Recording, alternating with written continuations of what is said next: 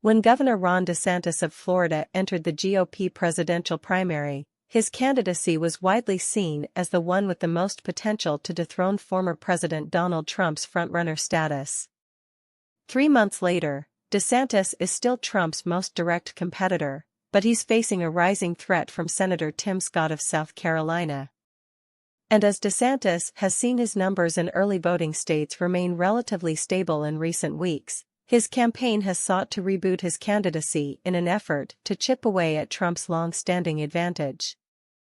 While DeSantis has sought to frame his candidacy as that of a conservative warrior who's unyielding in battling it out in defense of the party's values, he's also said that his candidacy would focus on the future and would be free of the political drama that surrounded Trump during his presidency and after he left the Oval Office, which is heightened by the former president's indictments.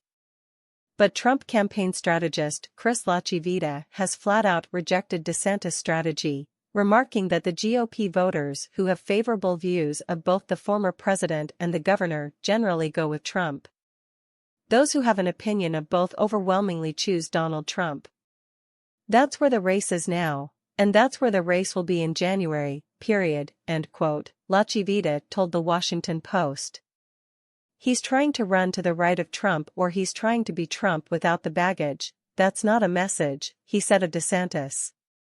New Coke fell flat. In April 1985, Coca-Cola debuted New Coke, a reformulated Coca-Cola that was tweaked to have a smoother and sweeter taste, to much fanfare. But the newer Coke was a dud among the public. While thousands of taste testers preferred the taste of New Coke to the long-standing soda, they had only consumed the newer version in small amounts.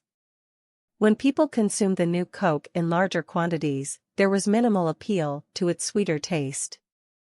By that July, Coca-Cola announced that it would bring back the old Coke formula while also selling the newer product. The introduction of New Coke is widely seen as one of the biggest marketing blunders in modern times. New Coke was renamed as Coke 2 in 1990 before being discontinued in 2002.